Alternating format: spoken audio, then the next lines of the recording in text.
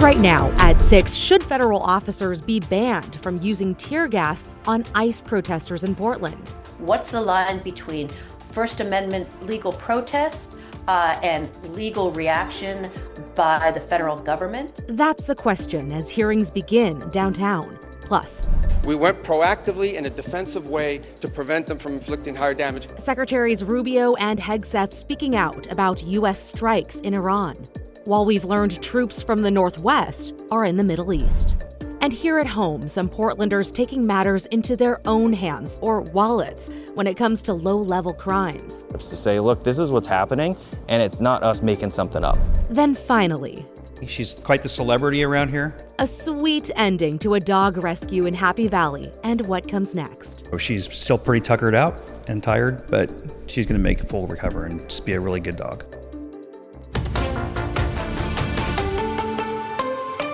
Thanks for joining us here at 6. I'm Christine Pitawanich. Our top story tonight, a high-stakes legal fight in Portland over the federal government's use of tear gas at the ICE building and whether a judge's order limiting officers from using chemical munitions should stay in place. Kyle Aboshi was in the courtroom and he's live downtown for us tonight. Kyle, walk us through what happened in court today. Well, in many ways, this is like a mini trial with both sides calling witnesses and presenting evidence before a judge. No cameras are allowed in the courtroom. On day one, Portland police testified that federal officers' use of tear gas is inconsistent with Bureau policy and at times appears excessive. After months of enduring tear gas, pepper balls, and flashbang grenades outside the ICE building in Portland, protesters took their case to court, arguing federal officers violated their constitutional rights to free speech. Among those suing, an elderly couple and a demonstrator known as the Portland Chicken. Lawyers for the protesters argue federal officers have used excessive force, and to prove it, they provided video evidence, including clips showing tear gas used on peaceful protesters, agents spraying pepper spray into the faces of people who were not threatening or violent, and video of a man shot in the head with a less lethal round. In response, lawyers for the Department of Homeland Security argue DHS was not responding to protesters' messaging or viewpoint. Instead, they say agents were protecting the ICE building, and tear gas and other munitions are key tools to prevent violence and protect officers. Willamette University law professor Laura Appelman. What is the line? Again, we have seen this in other cities and other places. What's the line between First Amendment legal protest and legal reaction by the federal government? U.S. District Judge Michael Simon has already granted a temporary order barring federal officers at the ICE building from using tear gas and other less lethal unless they pose a direct and immediate threat. Now, the federal judge must decide whether to extend that order. This afternoon, we heard compelling testimony from several protesters, including an 84-year-old Portland woman who was injured and tear-gassed outside of the ICE building. The hearing is expected to run 3 days, with Judge Simon issuing a decision shortly after testimony wraps up. Appreciate the follow-up. Kyle Aboshi reporting. Thank you, Kyle. In your headlines, the State Department is urging U.S. citizens to leave more than a dozen Middle Eastern countries due to safety risks after U.S. and Israeli airstrikes in Iran. It comes as Iran has retaliated against neighboring countries as well as U.S. bases in the region. At least 6 American service members have been killed. President Trump said attacks could last for several weeks. This afternoon, Secretary of State Marco Rubio described what led up to the decision to strike. There absolutely was an imminent threat, and the imminent threat was that we knew that if Iran was attacked, and we believed they would be attacked, that they would immediately come after us. And we were not going to sit there and absorb a blow before we responded, because the Department of War assessed that if we did that, if we waited for them to hit us first after they were attacked, and by someone else, Israel attacked them, they hit us first, and we waited for them to hit us, we would suffer more casualties and more deaths. We went proactively in a defensive way to prevent them from inflicting higher damage.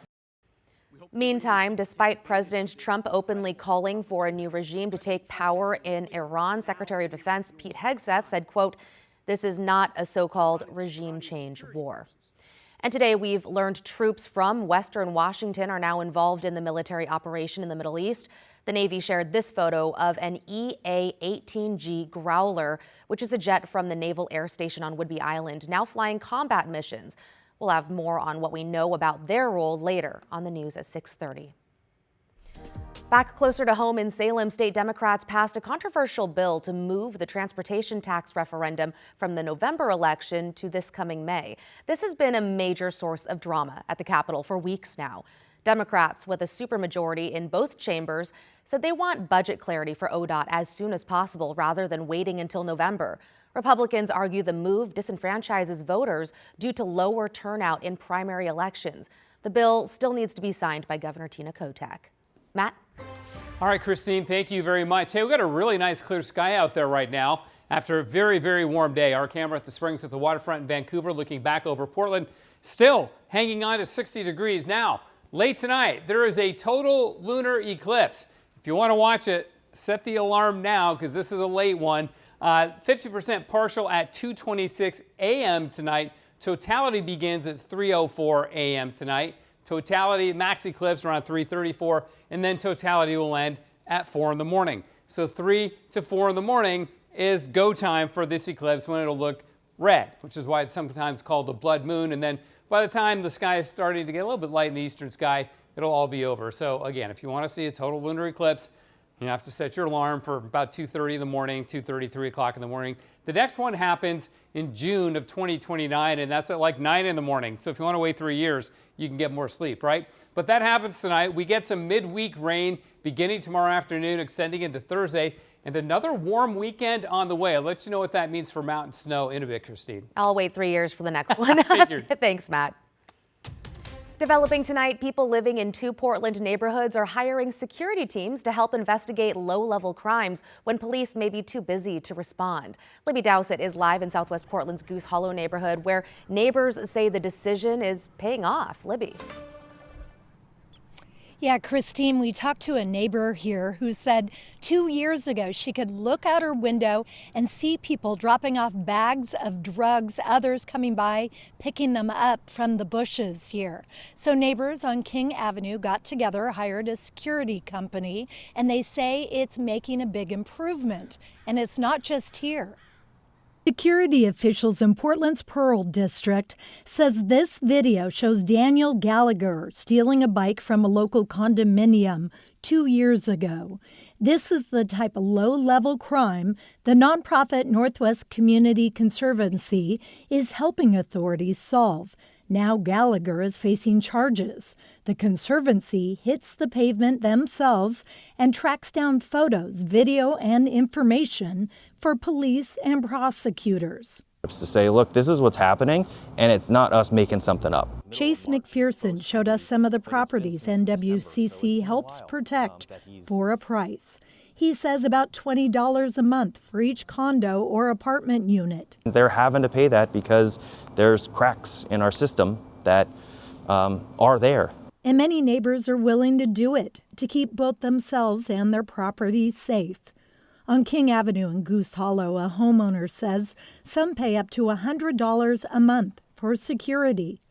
Down the hill in the Goose Hollow foothills, homeowners rely on neighborhood watch groups who put on their vests and take to the streets themselves.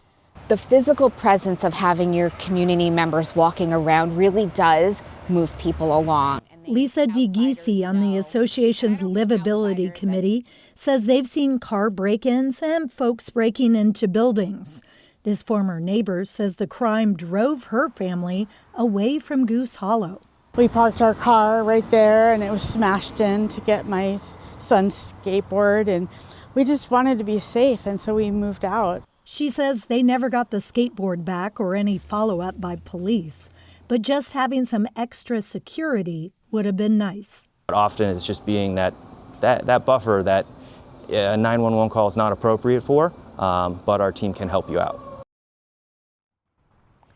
Now, these groups say they are reaching out to people they see on the streets outside their homes to see if they can assist them in any way. In fact, that security company in the Pearl District says it has a humanitarian team that goes out to try to find stable housing for people. They say they've helped more than 2,000 people in the company's 2.5 years.